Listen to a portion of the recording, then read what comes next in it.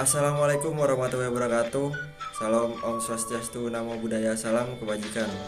Salam sejahtera bagi kita semua. Perkenalkan, nama saya M. Sahrul Muharram dari Fakultas Ekonomi dan Bisnis, Prodi Akuntansi dengan NIM akhir 213. Di sini saya akan menjelaskan tentang kasus Haki. Sebelumnya, yang terhormat Dr. Sultansyah SE MAK CE dan teman-teman yang saya banggakan. Langsung ke materi saja ya teman-teman. Oke, di sini saya akan menjelaskan tentang haki yang dimana hak tentang cipta lagu. Nah, di sini saya akan menjelaskan kasus yang pernah viral pada masanya, yaitu kasus Kenangan Terindah Samson 2026. Pada tahun 2026, band Samson dari Indonesia dituduh menciplak lagu terkenal dari Total Eclipse of the Hearts milik Bonnie Tyler dalam hit mereka, Kenangan Terindah. Kasus ini menjadi sorotan publik, menimbulkan perdebatan sengit mengenai plagiarisme musik Indonesia. Oke, next. Nah, di sini juga ada latar belakang lagu Kenangan Terindah yang dimana itu hits terbesar. Lagu Kenangan Terindah adalah hits terbesar dan paling populer dari band Samson. Teman-teman juga pasti tahu juga tentang lagu Kenangan Terindah yang pada masanya juga sangat terkenal dan sering dengar oleh saya pribadi, juga sering dengar. Yang kedua ada komposisi lagu. Lagu ini ditulis dan dikomposis oleh personil band Samson sendiri. Yang ketiga itu ada ciri khas musik. Lagu ini memiliki ciri khas musik pop ballad yang menyentuh hati pendengar. Tentunya lagu Kenangan Terindah juga juga sangat enaklah didengar oleh kita sendiri. Nah, di sini ada persamaan lagu dengan Total Eclipse of the Hearts. Yang pertama itu ada persamaan melodi persamaan itu terhadap kesamaan pada bagian-bagian melodi, nada dan nada antara lagu Kenangan Terindah dan Total Eclipse of the Hearts. Kemiripan yang kedua itu ada kemiripan lirik. Lagu Kenangan Terindah juga memiliki kemiripan dengan lirik lagu Total Eclipse of the Hearts. Yang ketiga itu ada struktur lagu. Struktur lagu Kenangan Terindah juga dianggap mirip dengan struktur lagu Bonnie Tyler milik Bonnie Tyler. Next. Nah, di sini juga ada reaksi publik dan tanggapan band-band Samson. Nah, reaksi publik, isu plagiarisme ini mendapat banyak perhatian dan kecaman dari publik Indonesia. Jadi ada juga dari publik sendiri, ada yang mengira Samson itu tidak menyiplak, ada juga Samson itu menjiplak. Jadi ada pro dan kontra dalam perdebatan itu. Yang kedua itu ada tanggapan band. Pihak Samson sendiri itu membantah keras tuduhan plagiarisme dan menyatakan bahwa lagu mereka adalah hasil karya sendiri. Yang ketiga itu ada konflik publik. Tuduhan dan bantahan ini memicu perdebatan sengit di kalangan masyarakat dan industri musik. Jadi ada perdebatan pro dan kontra lah dari antara fans-fans mereka.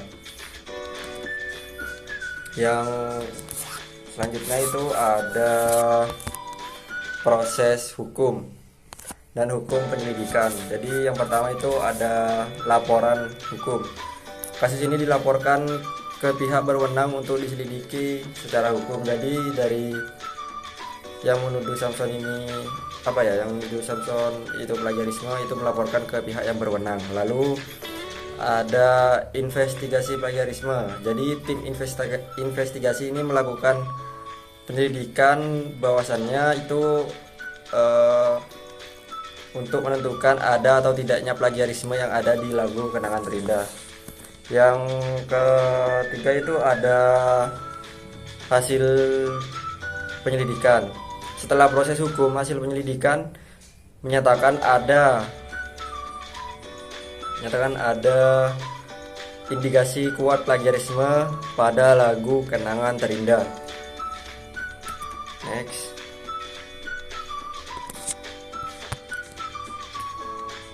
Nah, yang selanjutnya itu ada analisis perbandingan lagu.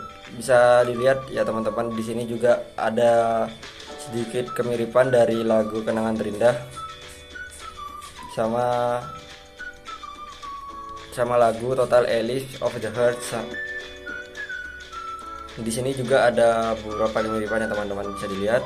Nah, yang pertama itu ada struktur lagu, notasi musik, lirik lagu, dan ciri khas. Nah, yang pertama itu ada struktur lagu, yang dimana terdapat kesamaan struktur lagu yang mencangkup intro, ref, dan bait dalam kedua lagu. Yang kedua itu ada notasi musik. Analisis notasi musik menunjukkan kemiripan nada dan memiliki melodi yang signifikan sama. Nah, yang ketiga itu ada lirik lagu. Lirik lagu Kenangan Terindah juga dianggap mirip dengan lirik Total Eclipse of the Heart. Nah, jadi ada beberapa kemiripan juga ya teman-teman. Dan yang selanjutnya itu ada ciri khas. Nah, ciri khasnya itu kedua lagu ini memiliki khas emosional dan sendu yang serupa. Lalu next. Nah, selanjutnya itu ada diskusi mengenai plagiarisme dalam industri musik. Yang pertama itu ada masalah plagiarisme. Kasus ini memicu diskusi luas mengenai masalah plagiarisme yang kerap terjadi di industri musik Indonesia. Dan yang kedua itu ada pentingnya kreativitas. Kasus ini menekankan pentingnya kreativitas dan original bagi musisi untuk menghindari plagiarisme. Jadi kita sebagai musisi boleh kita melihat referensi orang lain tapi tidak boleh menciplaknya. Yang ketiga itu ada perlindungan hak cipta. Industri juga mendorong perlindungan hak cipta yang lebih kuat untuk mencegah kasus-kasus yang serupa seperti kasus yang saya jelaskan ini, kasus Kenangan Terindah 2026. Jadi kalau misal kita memiliki karya, kita bisa melakukan hak paten atau hak cipta untuk melindungi karya-karya kita ke pihak berwenang. Nah, dampak kasus terhadap karir band Samson itu sendiri yaitu yang pertama itu awal kesuksesan. Nah, lagu Kenangan Terindah sempat menjadi hits dan melesat karir band Samson sendiri. Dan yang kedua itu ada tuduhan plagiarisme. Tuduhan plagiarisme terhadap lagu tersebut menciptakan kontroversi yang bisa membayangi karir Samson sendiri. Yang ketiga itu ada penurunan popularitas. Kontroversi ini berdampak negatif pada popularitas dan kiprah Samson di dunia musik atau di industri musik itu sendiri. Next. Nah, di sini ada pembelajaran dan implikasi bagi industri musik Indonesia. Yang pertama ada 3. Yang pertama itu ada integrasi musisi. Kasus ini mengingatkan pentingnya integrasi dan original bagi musisi Indonesia. Jadi kita lebih hati-hati dalam menciptakan lagu juga, dan kita harus memikirkan karya karena semua karya itu tidak gratis ya teman-teman. Yang kedua itu ada perlindungan hak cipta. Industri perlu memperkuat perlindungan hak cipta untuk mencegah kasus plagiarisme. Jadi dari pihak wewenang sendiri harus lebih kuat lah untuk mencegah kasus plagiarisme itu sendiri. Yang ketiga itu ada mendorong kreativitas. Kasus ini menekankan perlunya mendorong kreativitas dan inovasi industri musik.